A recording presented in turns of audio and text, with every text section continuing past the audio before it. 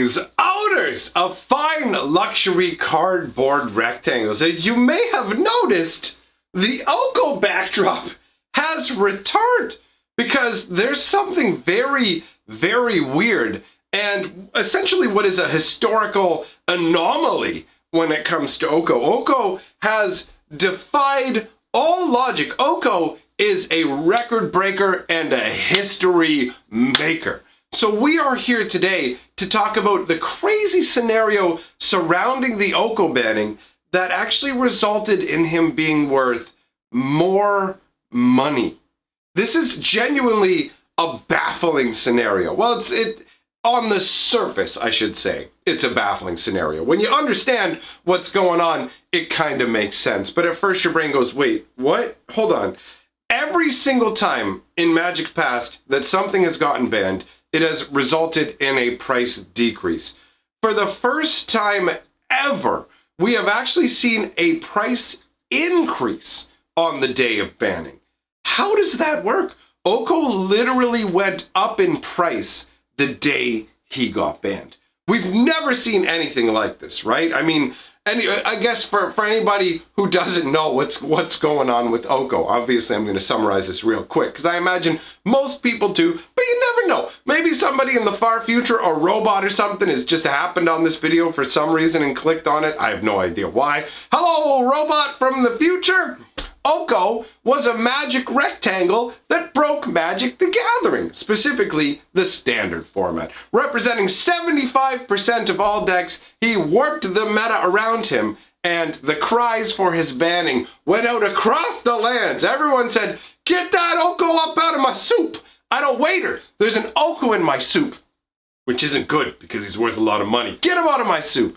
Anyhow, here's what went down. November 18th is when Oko got banned, right? Wizards came out and they banned him in Standard. The exact same day, Oko's market value increased.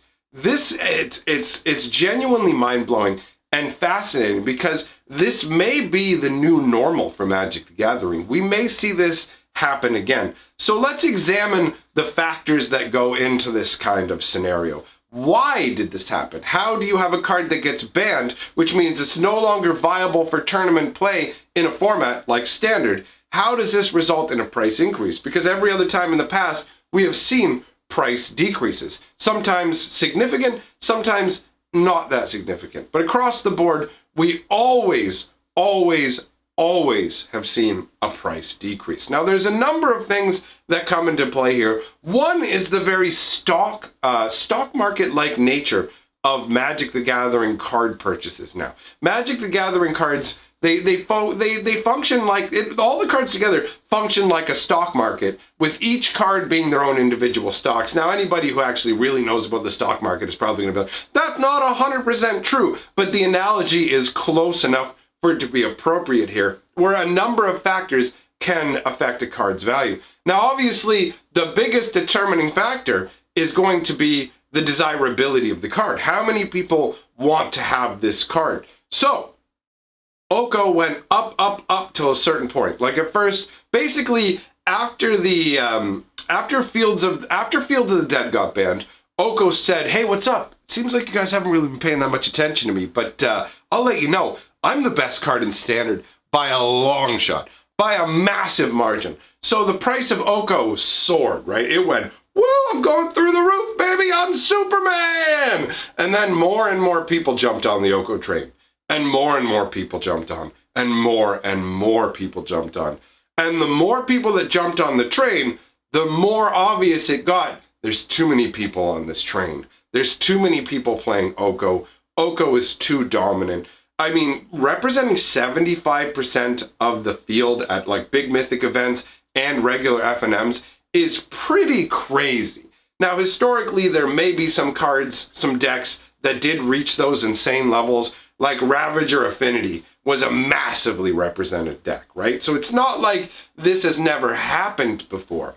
But the overall effect of Oko, like, the Ravager Affinity thing was a long-term, like lasting for a number of months kind of scenario where Oko shot up really, really quickly in terms of value, became dominant really, really quickly, and got banned in a relatively short period of time. His reign in Standard was not very long at all. He got to be king of the hill for like maybe a month, right? So what happens is more and more people want Okos. They start to purchase Okos. Oko's value goes up. Buy list prices from stores go up. Oko's essentially a solid gold stock, right? You want to be in on this. But once you get to a critical threshold where there's too many people who are on board and the card is clearly too powerful, you can see it. The number of people on board is a great indicator. If that many people feel the only way to win is to use Oko, and that's the truth. I mean, Wizards of the Coast came out themselves and said that Oko essentially invalidated all relevant permanents that cost more than him. And they only cost 3 to put out and could be accelerated out on the second turn. So by the second or third turn, Oko was essentially making your opponent's strategies invalid, right? Like if they weren't playing Oko or something specifically anti-Oko, they were going to be in a world of hurt. So more and more people get on board with this train. More and more people have Oko, and you think to yourself, well, the demand should just keep going up. The price should keep going up. But the price started to slip downwards over time. You started to see little decreases each day as it just kind of went doot, doot, doot, doot, doot, doot, doot, doot, doot. And this was based on fear.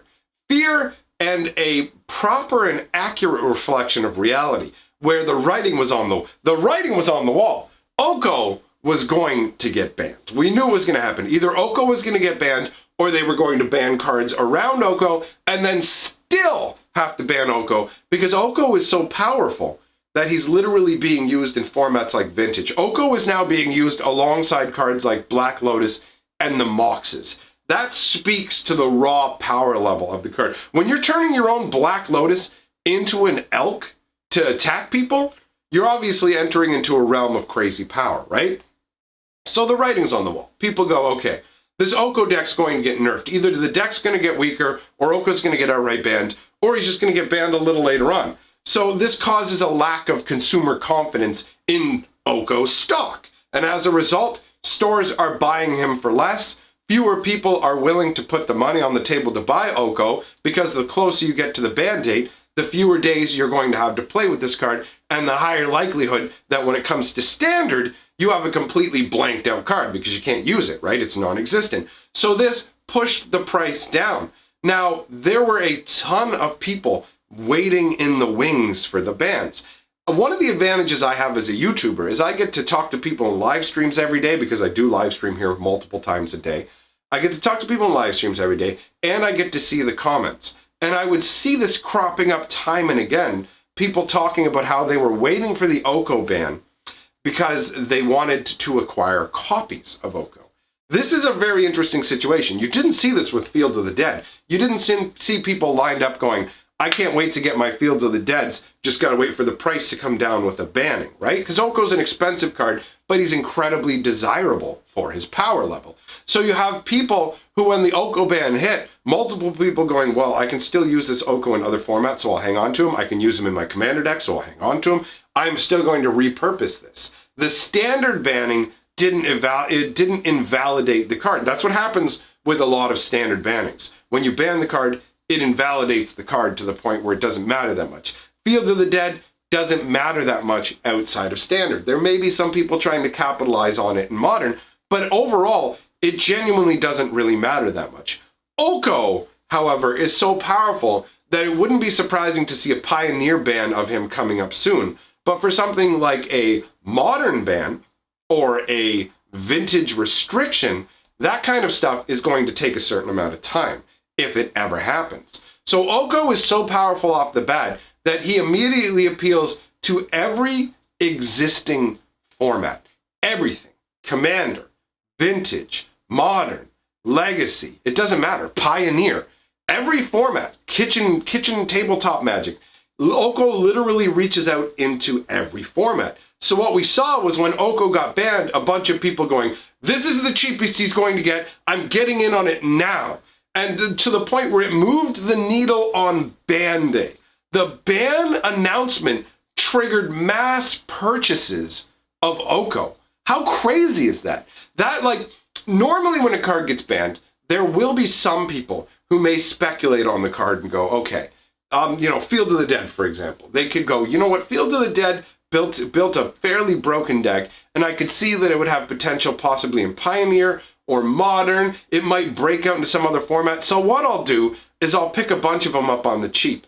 But the people doing that normally were just speculators. People who are like, I think I can make money reselling these to other people. But it's not based on any desire of theirs to play with the cards.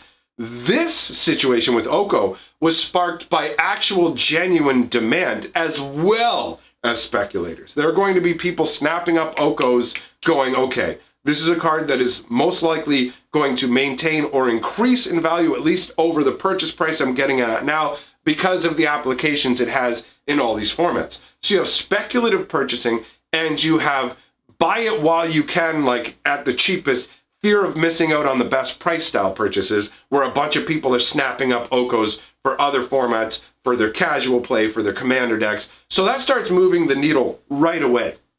Oko moved down into like the $30, like the mid $30 range. He dipped down to, about like maybe $35.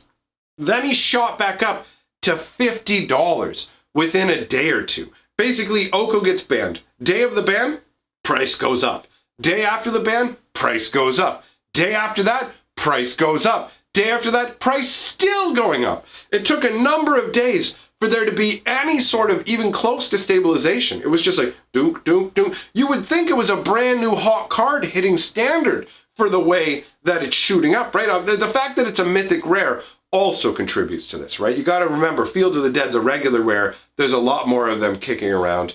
Oko is not. He is a mythic rare, and he is incredibly powerful. So for the first time in Magic history, we're actually seeing a banning that increased a card's price. And that's crazy enough that even it's been a number of days since it happened.